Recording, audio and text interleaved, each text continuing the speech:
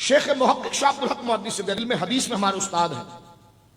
जितने मकातिब फिक्र जो दरस निज़ामी पढ़ाते हैं और जो सियासता पर नजर रखते हैं, जो अपने आप को अहले सुन्नत कहलाने की तरफ आते हैं अहले तशय्यो के मुकाबले में, उन तमाम की सनद हदीसें घूम कर रसूलुल्लाह तक पहुंचती कब है, वो अजम से निकलकर अरब में दाखिल कब होते हैं, तो अजम का बॉर्डर जहां एंट्री की मुहर लगती है वो शेख अब्दुल हक मुहद्दिस रहमतुल्लाह।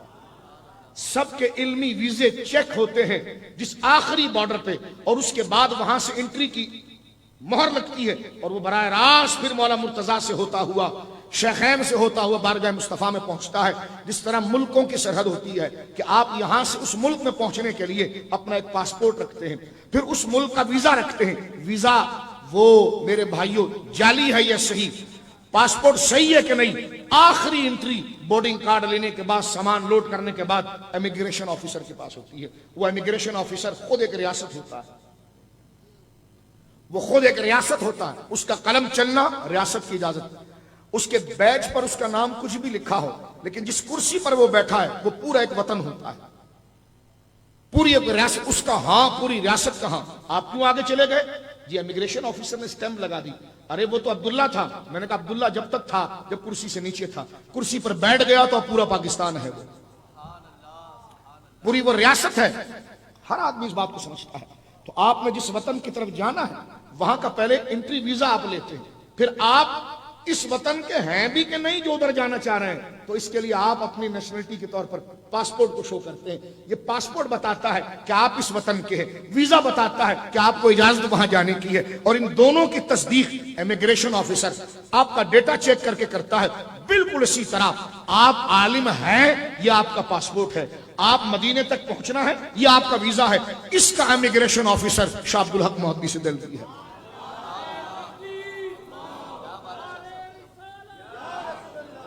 मेरे बुजुर्गों, मेरे दोस्तों, शेख मुहक्किक जब अजमेर मुअल्ला आए, शेख अब्दुल हक मुहद्दिस दिल्ली जो हुजूरी आलिम है, इल्म जाहिर का इमाम है, इल्म बातिन का इमाम है, आशिकों का इमाम है, ऐसा मुअद्दब इमाम है कि गौसे आजम की किताब फतहुल गैब शरीफ की फारसी में शरह लिखी आपने, ना शुरू में अपना नाम लिखा ना आखिरी में अपना नाम लिखा, फारसी में किताब लिखकर तलामिजा के हवाले की, कहा इसको आगे बढ़ाइए। उन्होंने कहा हुजूर किसको पता चलेगा, इसमें ना ऊपर आपका नाम है ना नीचे आपका नाम।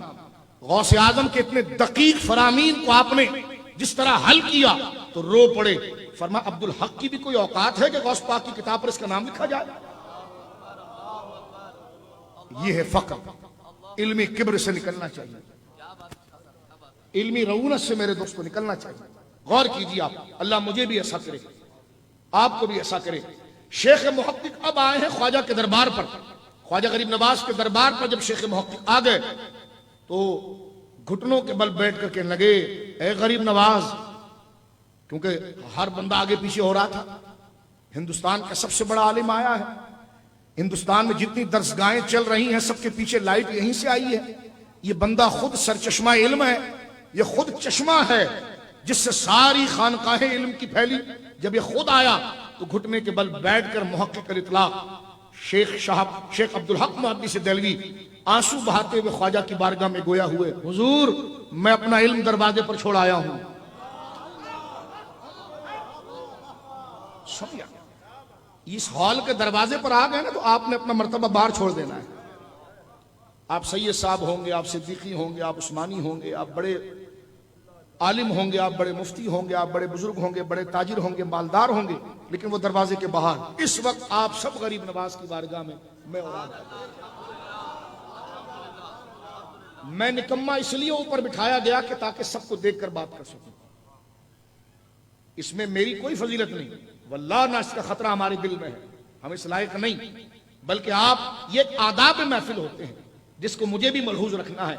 ये लोग मेरे लिए नहीं आए, ये गरीब नवाज के लिए आए, और मैं अगर इनके लिए तकरीर करूं तो जिंदगी बर्बाद हो गई। ये जिनके लिए आए तो मैं भी उनकी तरफ चलूं तो खुदा इनको भी बख्श दे और मुझे भी बख्श दे। अब गौर कीजिए मेरे दोस्तों, शेख मुहक्किक के जुमले कितने कीमती थे। आप इरशाद फरमाते हैं, फरमाते गरीब नवाज मैंने अपना इल्म दरवाजे पर छोड़ आया और आपसे तो मैं अब इल्म लेने आया। ये आदाब हैं